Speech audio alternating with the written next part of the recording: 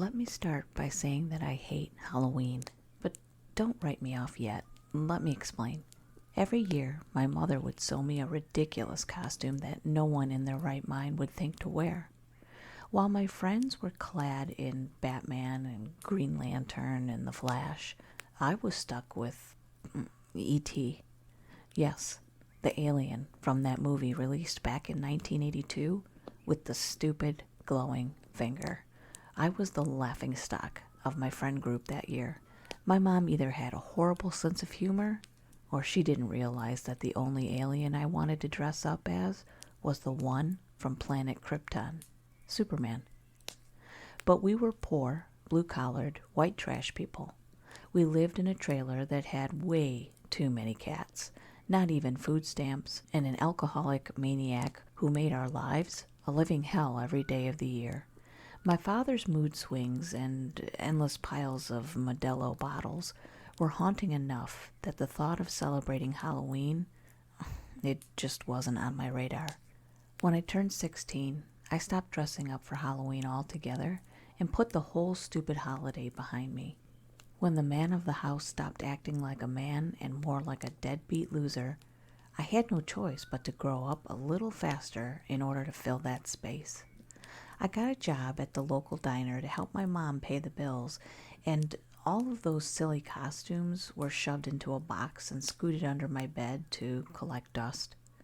A couple years later, I graduated high school, my mom finally divorced my dad, and I married my high school sweetheart. We had one child together, my son, Phineas. For a while, everything was great. I had a decent job making decent money. Guinevere was settling nicely into being a stay-at-home mom, and Finn was growing like a weed. Around the time that he turned 13, though, I noticed a shift in Guinevere's behavior. She started becoming quiet and aloof, leaving the house at odd times to run errands and guarding her phone like her life depended on it. When I pressed her for information, she simply guilt-tripped me about not trusting her, so I left it alone for 6 months.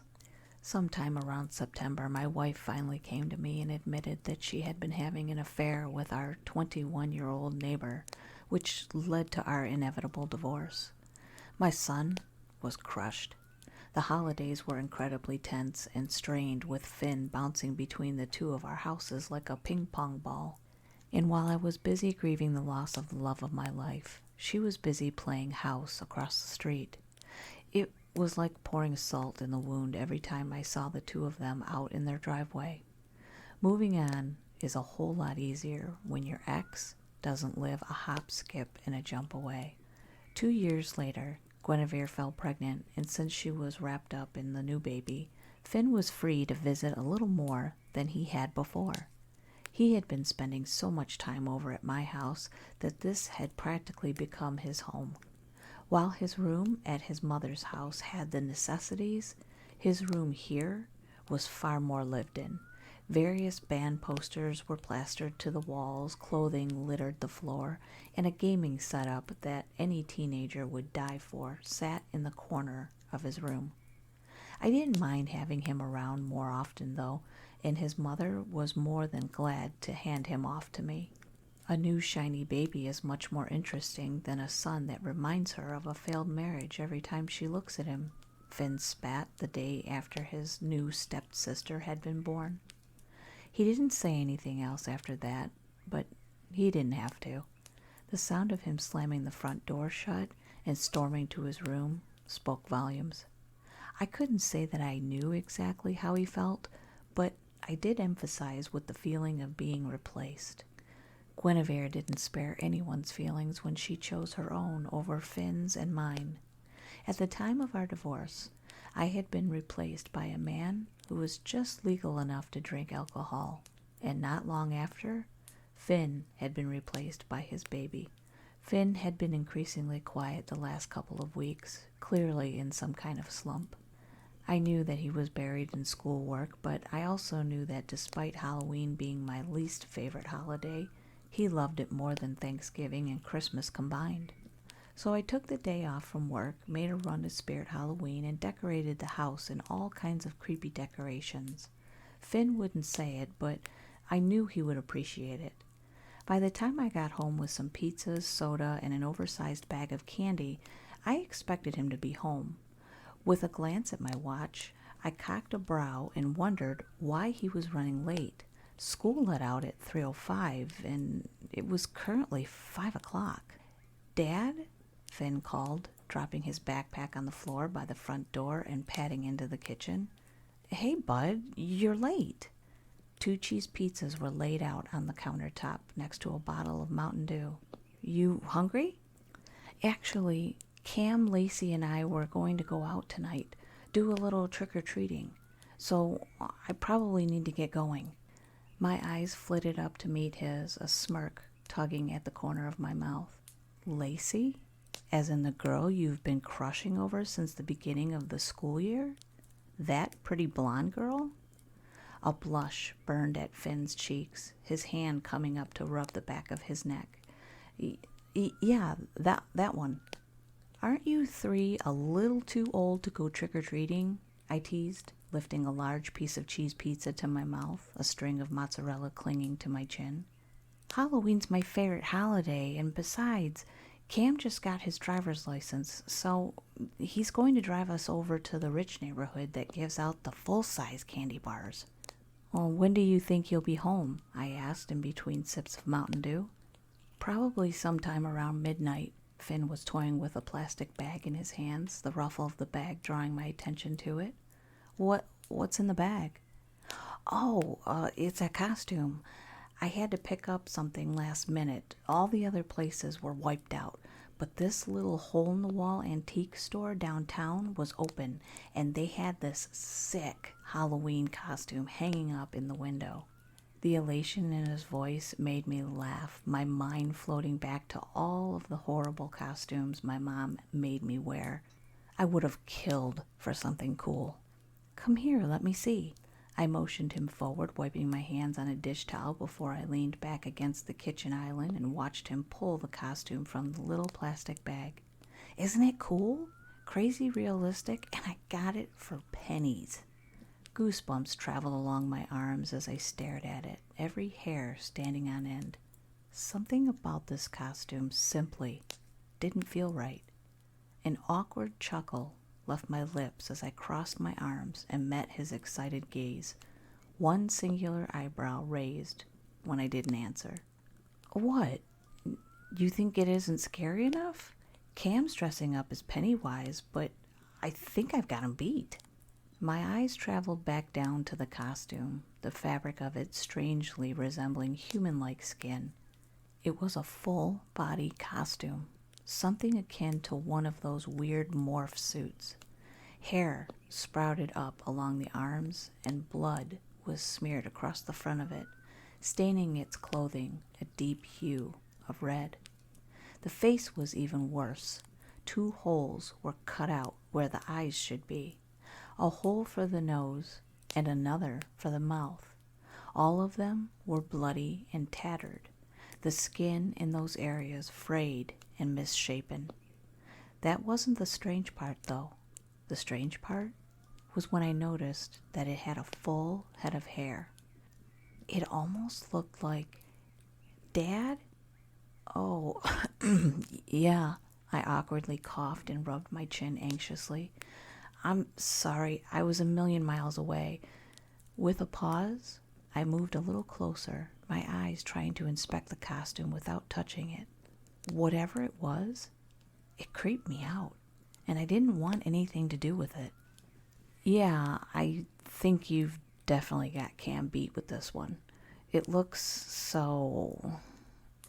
My voice trailed off as I noticed a raven tattoo on one of the costume's legs, the ink old and faded. And then my eyes narrowed in on something else. It even had freckles and moles? Were costumes always this detailed? Something about it was just so uncanny. "It looks so real, doesn't it?" he exclaimed, running a hand over it.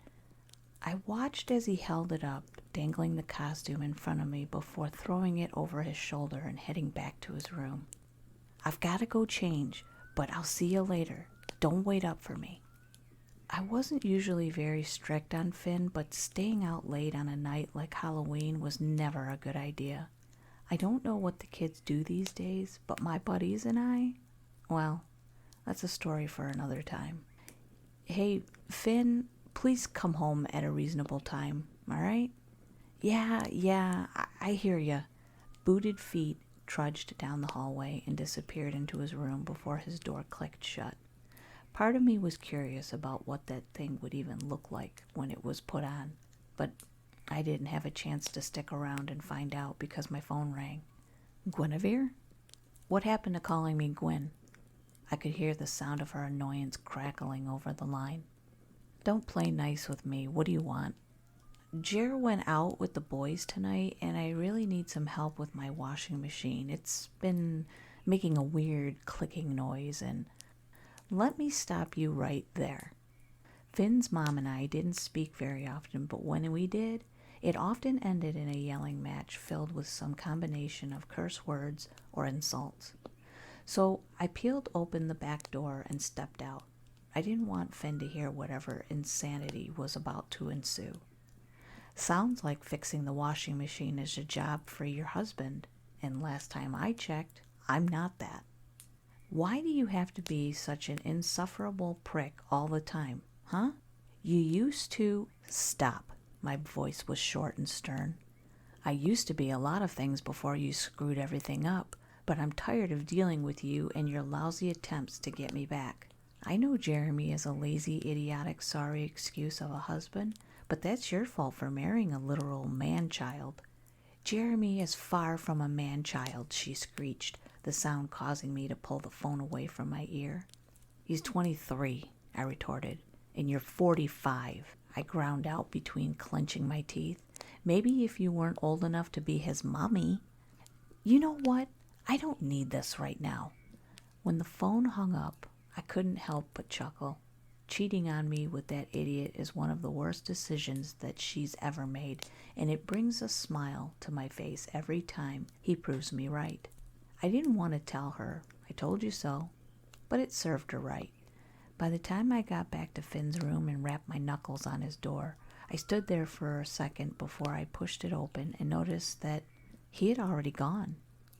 With a shrug, I strolled back to my bedroom, changing into some sweats and turned on some HBO. I had slowly been making my way through Game of Thrones, and I was stoked to have some time to start another season. Sometime around 3:45, I awoke with a start. My TV glowed, and words, "Are you still watching?" glaring back at me on the screen. I threw the covers from my body, stealthily slipped into my closet, and grabbed my baseball bat. What woke me up was the sound of glass shattering, and all I could think about was whether or not Finn had made it home, or if he was still out. If there was an intruder in my house, I could only hope it was the latter. Slowly, my sock-clad feet snuck across the hardwood of the kitchen as I surveyed my surroundings. My eyes were sleep-crusted and delirious, my entire body on edge. I felt like a live wire that would snap at any given moment. The bat clutched so tightly in my hands that my knuckles were white. Everything looked fine until I reached Finn's room. A cold sweat broke out when I noticed that his door was cracked open. I heard a shuffling from inside the room, and I held my breath. I wanted to move, but my feet were held captive. It felt as if I was paralyzed. My heart was racing. The shuffling from inside the room had stopped and gone silent. My hand shuddered as I reached out towards the door, a strange mixture of fear and adrenaline coursing through my veins. My fingertips graced the doorknob before my hand finally wrapped around it. A dusting of chills raced over my arms, and I faltered once again. My grip on the doorknob loosened for just a moment before I slowly twisted it, my fingers trembling when I pushed the door open a little further. Light spilled out onto the hardwood, and I hesitated to push it the rest of the way open. A weird chattering sound echoed from inside the room, and every second I stood there, it felt like it was growing louder and louder until the door flew open and smacked into the wall. I jerked back in response, a quiet gasp escaping my lips before I stepped into the room. Finn's entire window had been shattered. Shards of glass, bloodied and broken, littered the floor. "Finn?" I called, my voice shaking as I dodged the mess. And that's when I felt it. A strange warm sensation as something dripped onto my shoulder. The pattering sound so incredibly loud in the silence of the room. Confused, I stopped and wiped at it, the color of the substance staining my finger red. My hand froze, my breathing stilled, and slowly my eyes darted towards the wall, up and over the blood-stained band posters, until they finally turned towards the ceiling. A strangled, horrified scream caught in my throat when I eventually realized what I was looking at. There, huddled up on the ceiling, was a man. What, a creature? My heart thrummed wildly in my chest. The urge to run became increasingly overwhelming. His eyes glowed down at me, and a sinister smirk tugged at his lips before he started coughing profusely. I clenched the bat tighter, my mind racing as I stared, dumbstruck at the thing gazing down at me. And then it vomited a strange, gelatinous slime that fell onto my head and clung to my t-shirt like a thick, blackened tar. Another scream flew past my lips as I stumbled backward and tripped over a pair of tennis shoes, falling into a heap on the floor. To my absolute horror, the man scurried across the ceiling like an oversized spider before crawling down the walls and inching towards me. But that's when I saw it. The raven tattoo. "Finn?" I questioned, my voice wavering. "Dad?" the creature mocked, lips quirked up into a wicked grin. "Impossible," I breathed, scooting back towards the door. How did you... "You have such nice skin, Dad. Mind if I borrow it?" A gasp caught in my throat as I shook my head, the realization dawning on me. The costume. "It's... Finn's wearing your..." I stuttered, stumbling over my words before I fell quiet. "Skin," the man finished, his tongue slithering out to lick dry, crusted lips. "Leave me alone," I pleaded, squinting to see him better in the dark. A weird sound, something close to a chuckle, left his lips as he stalked closer to me, walking on all fours like some kind of animal. "I'm afraid your son is the perfect canvas for my skin," he drew out. Unless what?" I asked, desperately trying to bargain with him. "Anything. I'll do anything. Please, just let my son go." The creature stopped, clearly pondering my words before it spoke again. "Unless you can find me another host, someone young and fresh." My mind searched for some type of solution when I noticed headlights shining through what used to be the window. I smirked when I realized who it was. Jeremy. I didn't know what the heck he was doing in my driveway, but I had never been so glad to see his stupid, smug self swaggering up to my door. "I've got just the host. Let me invite him in." The creature held up a singular finger, stopping me in my tracks. "If this is some kind of trick, I promise you that this will be the last Halloween costume that your son ever wears." With a gulp, I nodded my head and scrambled to my feet. By the time I made it to the front door and tugged it open, a thin sheen of sweat had begun to collect at my brow, my breathing ragged and sharp. I'm sure that I looked absolutely deranged. "Hey, bro, you look like..." "Jeremy, hey, you want to come in?" He eyed me, quirking a quizzical brow. Nah, man, I'm good. I'm just here to grab some mail for Gwen. She's been nagging me for a month to pick it up, but I've been busy Twitch streaming, trying to get my gaming channel off the ground. Yeah, can you just... I tried to tell her that just because she's had a baby, it doesn't mean she can be a lazy slob. She can pick up her own mail. In fact, I could have sworn she had the post office. Jeremy, I sleathed before trying to calm myself down, an idea popping into my head. You know what? Why don't you come inside and talk about it? Maybe I can give you some advice on how to handle her. I mean, we were only married for 20 years before you came into Gwen's life and rocked her world. The sarcasm in my voice was unmistakable, but this kid was dumber than a box of rocks, and he reeked of alcohol. Man, you're a real one. Maybe we can finally bury the hatchet. I've got a 6-pack of beer in my truck. You want to pop open a few cans? I despised alcohol. Memories of my own father filtered through my mind like a motion picture film. He was laid back in his recliner, buried in empty beer bottles, and right now I was feeling better and better about my decision to offer him up as a sacrifice to that creature, or whatever that thing was that had possessed my son. Phineas deserved better than this. You know what? Don't even worry about that beer. I've got some in the fridge. Let's put the past behind us. I pasted on a perfectly fake smile, trying my best to hide the anger simmering just below the surface. When Jeremy finally stumbled into my living room and made himself comfortable on my couch, I couldn't help the laugh that bubbled up from my lips when I noticed the creature skitter across the floor towards the back of the sofa. Jeremy peered up at me, confused and clueless, before all hell broke loose. I couldn't peel my eyes away. The scene in front of me would have been almost unbelievable if I hadn't witnessed it myself.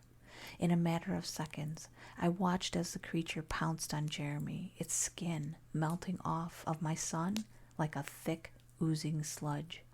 A gurgled scream left Jeremy's mouth as he fought the creature's advances, but it was simply no use. The melting skin stuck to him like plaster. A mixture of horror and curiosity radiated off of me as I watched it infiltrate every inch of Jeremy's body, molding to his form like a glove.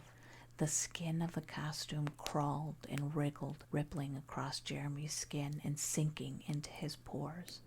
It started slowly, traveling up his legs, climbing towards his torso, weaving around his neck, and finally encompassing his face.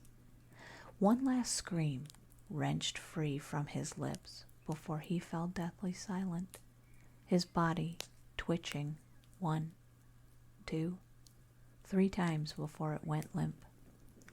My eyes, wide as saucers, quickly landed back on my son, no longer mesmerized by the strange transformation. Finn toppled to the floor, covered in the thick black slime, before he opened his eyes and gasped, choking on it. I rushed to his aid, leaning him forward and patting his back. His eyes were wide and bewildered, rushing around the room in a frenzy before he came to his senses. Dad?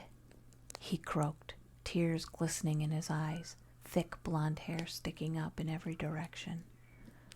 What, where am I? His voice was quiet and confused as I wrapped him in my arms and buried my face into the top of his hair. I didn't care that he was covered in who knows what. I was just glad to have my son back. When my eyes finally glanced up at the creature, I gave it a single nod before it lifted its hand in a wave and strolled out my front door. I didn't relax until I heard the sound of the truck pulling out of my drive, and when it finally did, it took everything I had not to break down in tears. As I clutched my trembling son, I couldn't help but breathe a sigh of relief. Last night, my son purchased a strange costume from an antique store, and this morning, I found him crawling on the ceiling. But what really made me feel better was knowing that later that afternoon, Guinevere found Jeremy crawling on hers. And that concludes the story. Have any of you come across somebody who wore a Halloween costume that was just over the top, like gross and creepy? I'm curious. Leave me a comment below.